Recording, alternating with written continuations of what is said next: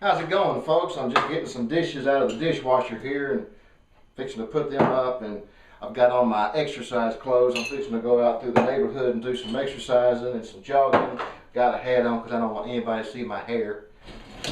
Need a haircut. It's really bad shape. Anyway, the reason why I wanted to make this video real quick is it seems to me that there is a lot of people upset over something that really isn't worthy of all that much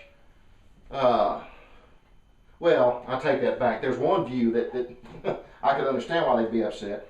But people are trying to put out this idea that when your cat dies, or when your dog dies, or when your hamster dies, it doesn't go to heaven. It goes to the dirt and nowhere else.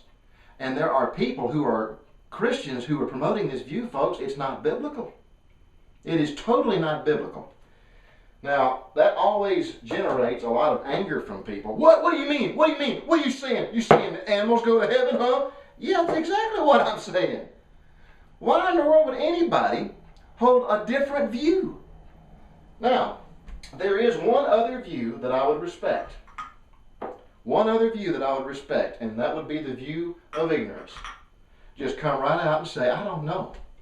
Because it seems to me that there is no clear scripture that comes right out and says that when an animal on the planet Earth, right here and now, in this generation, when it dies, and its body deteriorates and goes into the dirt, or gets incinerated, or whatever happens to the body, what happens to the software, the life of that animal? The Bible doesn't come right out and say. So the biblical answer to the question should be, I don't know, because the Bible doesn't say. But it is interesting, I think, that there is a verse in the Bible that does say, no man can know whether or not one goes above and the other one returns to the Lord. I mean, that was Ecclesiastes. I had to think, I thought it was Proverbs, but no, it's Ecclesiastes. He says, who can say? Who can say that animal goes to the dirt, but man goes above? Who can say that? Who knows that? Isn't it interesting that Ecclesiastes' viewpoint would claim ignorance, and that he actually accuses arrogance to anyone who says they know? We don't know, folks. But there are many things that we can presume and assume based on what the Bible does say, but you have to admit, first and foremost, we are guessing. We are trying to make an educated guess based on what the Bible does say. And it's my opinion that based on what's left, based on what the Bible does say about animals and heaven and life and eternity, I believe that when an animal dies, it goes to heaven and has a new body waiting for him. Now, it is not a resurrection body that gets called up during the rapture or the day of the resurrection. That's a completely different issue. But you don't have to be of that resurrection. For example, when a person dies today, when does their resurrection body get received? Well, it hadn't happened yet. That doesn't happen until the day of the rapture. But they are in something that is hardware that's a body today. Because when Jesus was at what they call the Mount of Transfiguration, Moses and Elijah showed up, and they were recognizable. Now, how could they do that if they didn't have any bodies? So, folks, when a person dies and when an animal dies, I believe that there is hardware waiting for them in the next life. It's not the resurrection hardware, but it is other hardware. I don't know where these go. Trying to figure out where those go. Now, going back to life itself, there's this attitude that has been permeating from the New Age movement that deifies and glorifies animals. And that's not accurate. That is not biblical. That's New Age BS. But one of the things that I'm afraid that Christians are trying to do to combat that is they are trying to say that, well, man is God's supreme creation. Man is the ultimate miracle of God. There's no verse in the Bible that says that either. As a matter of fact, there's a verse in the Bible that says, God, when I look at the stars and the heavens and all the, when I view your creation, what is man that you're mindful of him? Now that's the biblical attitude, this whole idea that man is the apex of God's wisdom. If that's true, then God's in trouble. Because when man was given a chance to throw it, to blow it, he took it as quick as he could. So, if you look at Genesis, when it talks about creating the animals and then creating humanity, both were created from the dirt. Both man and animals, talking about their physical hardware, both were created from the dirt. But what about their life? What about their soul? Well, both, God breathed into both. God didn't breathe one way to the animals and breathe a different way to man. He breathed life into both animals and man. So their life is identical. The only difference between man and animal is that when God got around to making man, he purposed to make man in his own image, whatever that means. And people are still trying to figure out what that means. Don't let anybody, well, I know what it means. This is what it means, Josh. No, you don't. You think you know. Some people say it means a visual image. Other people think it means the wisdom between right and wrong, but that's not altogether true because they didn't have that in the garden until, well, anyway. Well, I got it all out good. So anyway, the only difference between man and animal is that God purposed to make man in his own image. Now, there's a second difference between man and animal. Man was placed over the animals. And God did that. Man did not do that. Man is not superior to the animals. Man was placed above the animals. And that's why there had to be a curse after man fell. Because as soon as man fell, as soon as he sinned, God had to curse the rest of the planet to keep man above the creation. To keep man above the creation, he had to curse the creation after man fell. Which brings us to Romans 8. Romans chapter 8 makes it very clear that the entire creation, all cognitive life, is waiting for that curse to be removed. What for? If there is no life after death, if death ends everything, if animals are nothing more than walking dirt, then what difference does it make?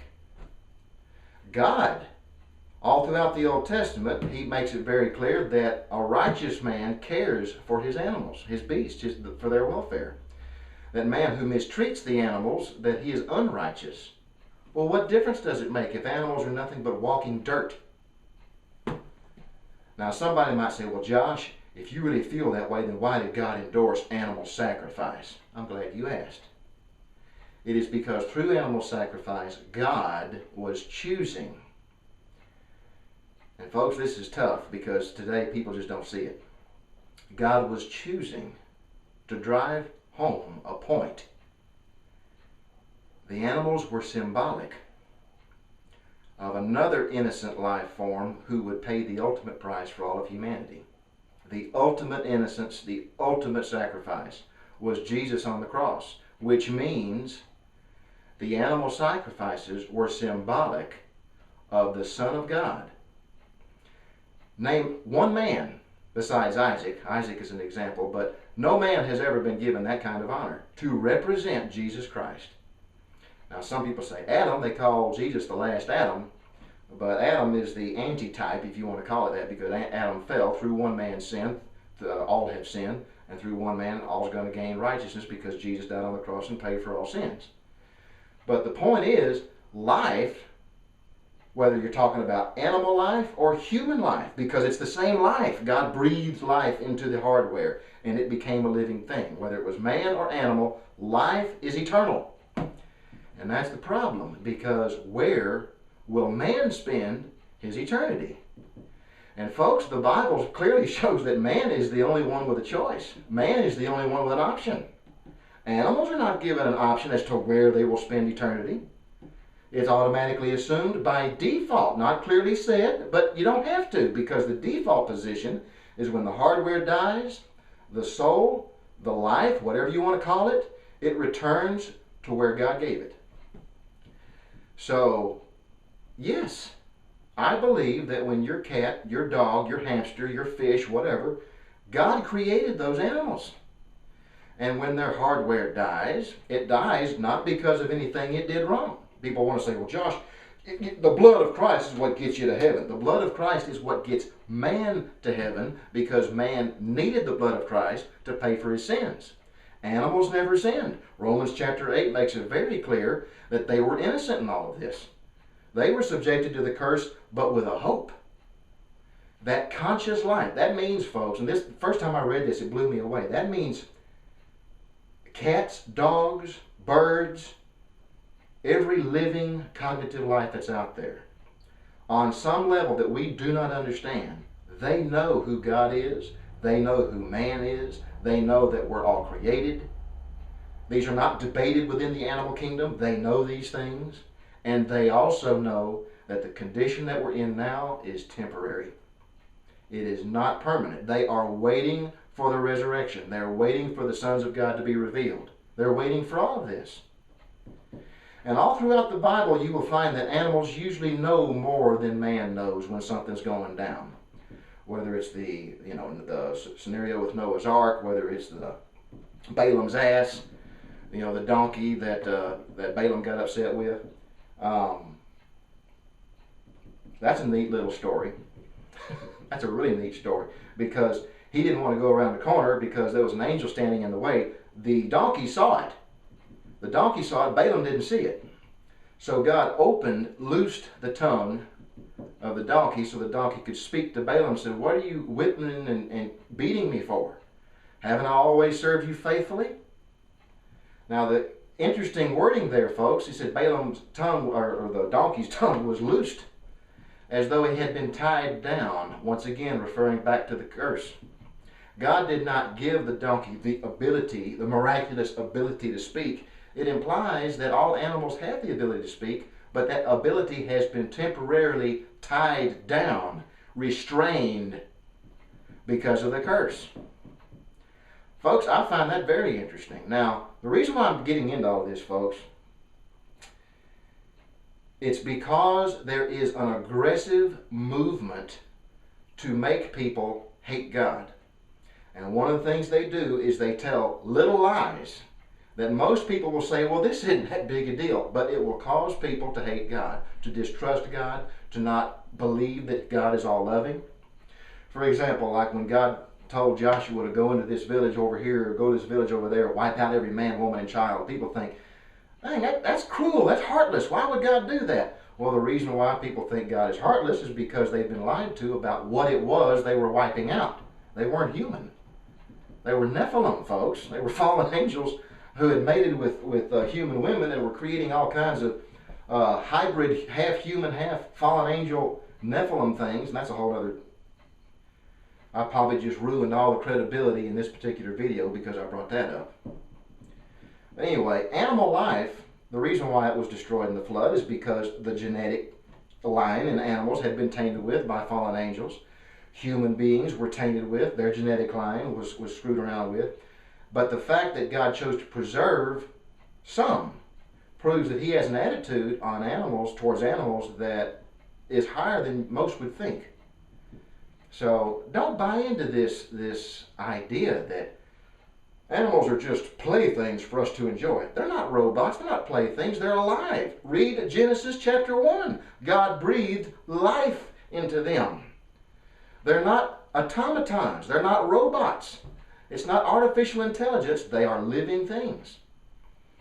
And all things that God has breathed life into is eternal. And the animal kingdom has done absolutely nothing to return to the dirt, never to be seen or heard from again. They have absolutely done nothing to warrant that. But Romans chapter 8 makes it very clear that they await for the revealing of God's sons, the Christians, the day of the resurrection, the removal of the curse.